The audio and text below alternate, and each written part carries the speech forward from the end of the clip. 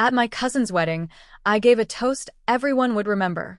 I smiled, held up my glass, and said, "Here's to love that lasts," unlike the kind my husband had with the maid of honor. Gasps. Her hand shook. My husband froze mid-sip. I pulled out my phone and played a voicemail. His voice whispered, "You're the only one who makes me feel alive." I set my ring on the table and walked out as the DJ cut the music. His mother called me that night begging me to keep it private. I said, he should have thought of that before. This happened 2 months ago, and even now my hands still shake when I think about it. Not from nerves. From the feeling of finally doing something. Something that couldn't be taken back. I'm Meregit. I live in Chapel Hill, North Carolina. I'm 39. I was married to Dylan for 11 years. We didn't have kids, but we had a life. We owned a small house with a screened-in porch, had 2 rescue dogs, and made coffee for each other every morning. Or at least, we used to. To most people, we looked like a quiet, stable couple. No big fights, no major drama. But that's the thing. Sometimes betrayal doesn't come crashing through the door. It creeps in like a fog. And when you finally see it clearly, it's already everywhere. I started noticing changes about a year ago. Dylan became distant, always tired, always busy. Said work was crazy, lots of travel, meetings late into the night. But it wasn't just that. He stopped laughing. He stopped really seeing me. I'd ask him questions, and he'd give short answers like he was somewhere else in his head. I didn't push at first. I figured we were going through a rut. Every couple does. We'd been married a long time. These things happen. But then came the lipstick glass. It was a Friday. I had just gotten home from a 2-day trip for work. My flight came in early, and I wanted to surprise him. I was still wearing my blazer when I walked into the kitchen and saw it. One of our crystal wine glasses in the sink. It had lipstick on it, a soft pink shade. I never wear lipstick. I don't even own that color. Asked him about it later. He said he'd had a client over for a drink. A woman. Said it was professional. He said she stopped by to talk about a contract. I didn't believe him, but I didn't push. Something in my stomach twisted that night, and it never untwisted after. The next thing was the voicemail. I didn't find it because I was snooping. My phone died, and I needed to order pizza. I picked up Dylan's phone, figuring I could find the number there. We always ordered from the same place. But his screen was unlocked, and I hit the wrong icon. Voicemail. I was about to back out when I saw one marked saved. I don't know what made me press play. Curiosity, I guess. Or maybe I already knew something was wrong and just needed proof. I pressed play, and the voice that came through made my blood run cold. "You're the only one who makes me feel alive. I hate going back to her. I wish it was you I came home to." It was Dylan. And it wasn't my voice he was talking to. Then came the sentence that burned into my brain. "You looked so beautiful last night in that green dress." That's when I knew exactly who it was. Ava. Ava had been my cousin's best friend since middle school. I'd known her forever. She wasn't just a guest at the wedding. She was the maid of honor. I had hugged her just days earlier.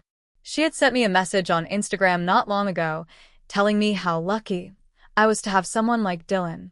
She was at our house last Christmas. She helped me carry groceries into the kitchen. She smiled in my face. I didn't confront Dylan right away. I didn't scream or throw things. I didn't cry. I just listened to that message over and over again until the words didn't even sound like words anymore. Then I got quiet. Cold. And I waited. Because my cousin's wedding was coming up in 2 weeks. Big deal. Fancy vineyard outside Asheville. Close family, friends, lots of wine, and speeches and photos. And Dylan was invited. So was Ava. I played nice in the days leading up to it. I pretended nothing was wrong. I told Dylan I was excited about the trip, the wedding, the break from work. He smiled like an idiot, probably thinking he'd pulled it off. We drove up together. He held my hand in the car. I let him. The day of the wedding, everything looked perfect. My cousin was glowing. Marcus, her soon-to-be husband, was crying before she even made it halfway down the aisle. Ava stood to the side in a flowing green dress, smiling like she didn't have a secret rotting inside her. I smiled too. Dinner came. The lights dimmed, and it was time for the toasts. Father of the bride spoke. Best man gave a funny story about Marcus and a fishing trip gone wrong. Ava stood and gave hers next. Her voice all soft and sweet, talking about love and fate and timing. Timing. Dylan was watching her closely. I noticed his fingers twitch on his wine glass. I knew that look. I'd seen it when we first started dating. When she finished, there was applause. Laughter. Everyone relaxed again. And then my cousin stood and said, "Now Meredith has a few words." I stood slowly, picked up my glass. My heart was thudding, but my voice was steady. Clear. I looked around the room. All those people who thought we were a happy couple. All those people who thought this was just another toast. I raised my glass. Here's to love that lasts. I paused. Let the room go quiet. Unlike the kind my husband had with the maid of honor. The silence was instant. Ava's mouth opened, but nothing came out. She stared at me like she didn't recognize me. Dylan's face went pale. My cousin dropped her fork. Someone across the table muttered, "Jesus Christ." I set my wine down, Pulled out my phone. I wasn't sure what kind of gift to bring, I said. So I brought a little memory. I hit play. His voice filled the space. Loud. Clear. No mistaking it. "You're the only one who makes me feel alive." That was enough.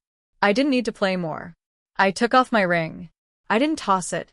I placed it gently on the table, like it didn't belong on my hand anymore. Then I walked out.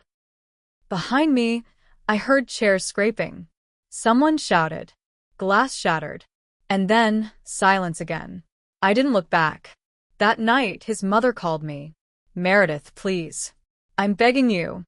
Don't make this any more public than it already is." I said, he should have thought of that before. I didn't go home after the wedding. I stayed at a small Airbnb just outside of Asheville. It had a porch swing and smelled like cedar. I didn't sleep much that night. I kept thinking about the look on Ava's face. On Dylan's. Shock. Guilt. And something else. Fear. By morning, I had 10 missed calls. 3 from Dylan. 1 from Ava. The rest were scattered. My cousin, my aunt, even Marcus. I didn't answer any of them. Instead, I went silent. No posts, no texts, nothing. I shut off my phone for 2 whole days. I needed quiet. When I got back to Chapel Hill, Dylan was gone. His clothes, toothbrush, even his laptop, all out of the house. I didn't care where he went. I was just glad I didn't have to see him. I changed the locks anyway. A few days later, I met with a divorce lawyer. Straightforward. Clean. No kids, no real assets we couldn't split. I told the lawyer I didn't want to drag this out, but I wanted every detail about the affair documented. I wasn't going to let him paint me as unstable or dramatic. I wanted facts on paper. But that's when the story started twisting. My cousin finally got through to me. She invited me for coffee. Said she just wanted to check in. I agreed. We met at a quiet cafe near her place. She looked tired, dark circles under her eyes, hands shaking a little. She didn't even touch her coffee. She lied, she said quietly. Ava. She lied to me. She said it happened once, that it was over before the wedding. I didn't say anything, just stared. She begged me not to uninvite her. Said it would be too dramatic. Said it would ruin everything. I nodded slowly. She ruined it anyway. But my cousin wasn't done. She leaned in. There's more. 2 days before the wedding, Ava asked me if I thought Dylan would ever leave you. She said it so casually, like it was already decided. My stomach turned. She thought he'd proposed to her, my cousin added. She thought your marriage was over, and she'd walk in right after. It hit me hard. Ava wasn't just a fling. She thought she was the next wife. Later that night, I opened my email and found a message from a name I didn't recognize. Emily@trentonlaw@gmail.com. It was Ava's lawyer. The email said Ava was prepared to issue a formal cease and desist if I didn't take down the voicemail that had started circulating online. Someone at the wedding had recorded the moment I played it. They'd uploaded it to TikTok. The audio was crystal clear, and the video was spreading. I didn't post it. I still don't know who did. But it didn't matter. It was out there now. And Ava was scared. I stared at the email for a long time. Then I wrote back one line. Tell your client I never posted a thing. But if she wants to play dirty, I've got more messages. And I did. Because Dylan wasn't careful. He left his iCloud logged in on our iPad. After everything came out, I checked it. And what I found made my blood boil. Photos. Messages. Voice notes. They didn't just sleep together. They planned things. Talked about vacations. Joked about me. One message from Ava. Do you think she knows yet? You're so cold around her now, it's almost funny. Another from Dylan. She still thinks we're going to grow old together. Pathetic. Pathetic. That one stayed with me. I screenshotted it, saved it, backed it up. I didn't respond to the lawyer again. Instead, I sent a folder of the worst messages to Dylan's boss. Anonymously. Because the firm he worked for, a mid-sized marketing company, had a strict ethics policy about inappropriate conduct impacting professional environments. He got fired. A week later, I didn't even have to follow up. I just waited. Then I sent the same folder to Ava's company. She worked at a nonprofit focused on women's leadership. The irony wasn't lost on me. She got a formal warning. HR opened an internal investigation. She went private on all her socials. And then she disappeared off LinkedIn. My cousin called again. This is getting out of control, she said. I said, no. This is what control looks like. But I wasn't done. 3 weeks after the wedding, I got a message from a number I didn't recognize. No name, just a short text. You don't know the full story. Meet me, please. I ignored it at first. Thought maybe it was Dylan or Ava using a new number. But then another came. I used to work with Ava. Trust me. You'll want to hear what I know. I still didn't respond. Until the third message came with a screenshot. It was Ava. Sitting on some guy's lap. Not Dylan. Someone else. The timestamp was 3 months before the wedding. I didn't reply. But I didn't delete the messages either. That night, I couldn't sleep. I sat on the couch with my dogs curled beside me and read the texts over and over. Something was off. I knew Ava was a liar, but this was deeper, bigger. The next morning, I finally responded. Where? We met at a public park, mid-afternoon. She was a short, nervous woman in her 30s. Name was Rachel. Used to be Ava's coworker at the nonprofit. She came with a folder. Paper documents. Emails. Printouts. She didn't waste time. Ava has done this before, Rachel said. She had an affair with a married donor at our last fundraising campaign. When his wife found out, she spun it like she was the victim. The guy ended up resigning from the board, and Ava got promoted. I blinked. She has a pattern, Rachel continued. She picks attached men, gets in deep, stirs chaos, and then walks away like she's untouchable. When I heard what happened at the wedding, I knew it was her again. I took the folder. Inside were emails between Ava and the donor. Some of them flirty, some angry. One had Ava threatening to take it public if he didn't send money for a weekend trip. Another had her saying she felt used after he ended things. It wasn't just an affair. It was manipulation, pressure, almost blackmail. Rachel leaned in. She's not who you think she is. I'm telling you this because I saw what she did to his wife. That woman almost lost everything. And now she's coming after you. My hands shook as I held the papers. She didn't just want Dylan, Rachel said. She wanted to ruin you. I believed her. I left the park with the folder. And my next call wasn't to a friend. It wasn't to Dylan. It was to a woman I hadn't spoken to in years. Her name was Lindsay. She was the wife of the donor Ava had hooked before. I tracked her down through mutual contacts. She was living in South Carolina now. When I reached her, she was hesitant at first. But when I told her what had happened and what Ava was doing now, her tone changed. She ruined my life, Lindsay said. If there's something I can do to stop her from doing it again, I'll help. She sent me her own folder. Legal documents. Statements she had prepared but never filed because she was too scared. But I wasn't scared anymore. I put it all together. Ava's pattern. The screenshots. The voicemail. The texts. The nonprofit emails. I had more than enough to make her worry. I didn't want to go to court, not yet. But I wanted her to know what was coming. So, I had my lawyer send a letter. Formal. Thick with evidence. Worded like a hammer. If Ava pursued legal action against me, we would go public. With everything. The affairs. The donor.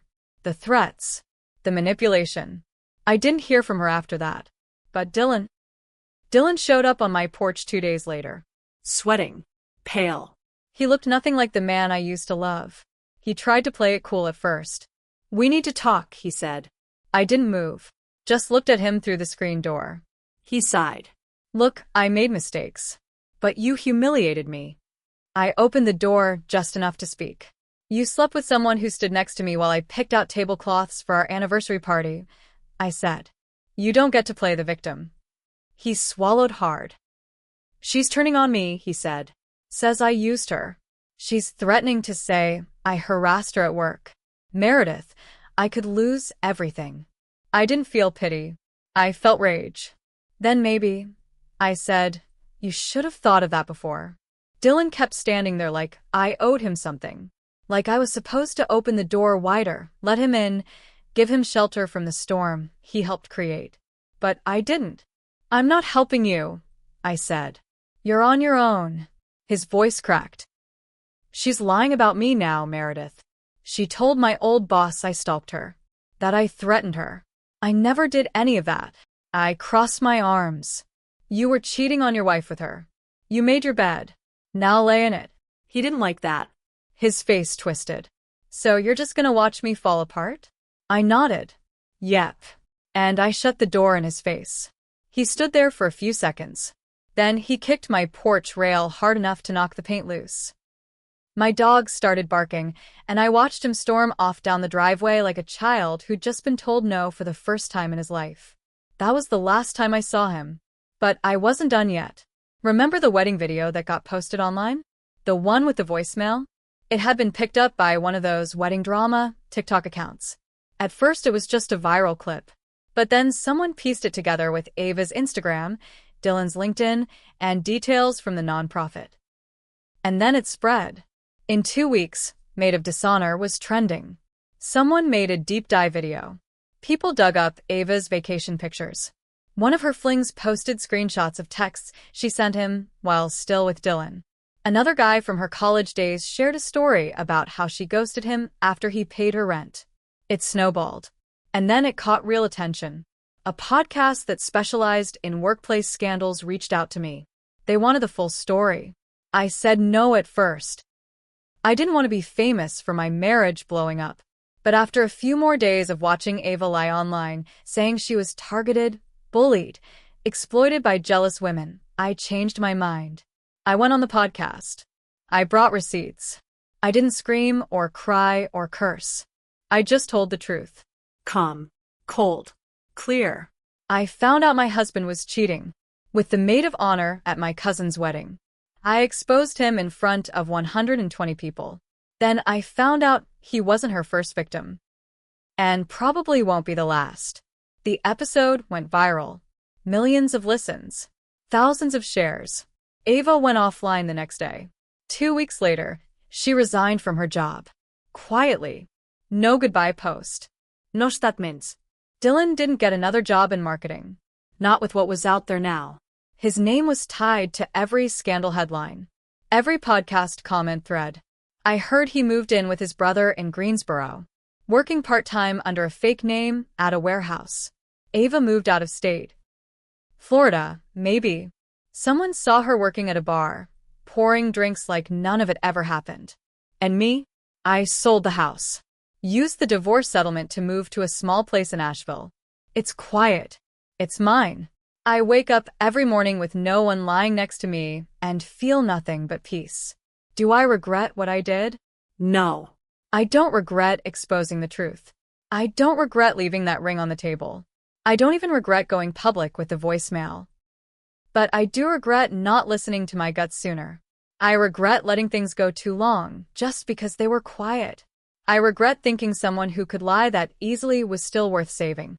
We all make mistakes, but some people use theirs to hurt others. And some of us, we use them to rise. So if you're reading this and you're sitting on the edge of a truth you're too scared to say out loud, remember what I said at that wedding. Here's to love that lasts. Just make sure it's real.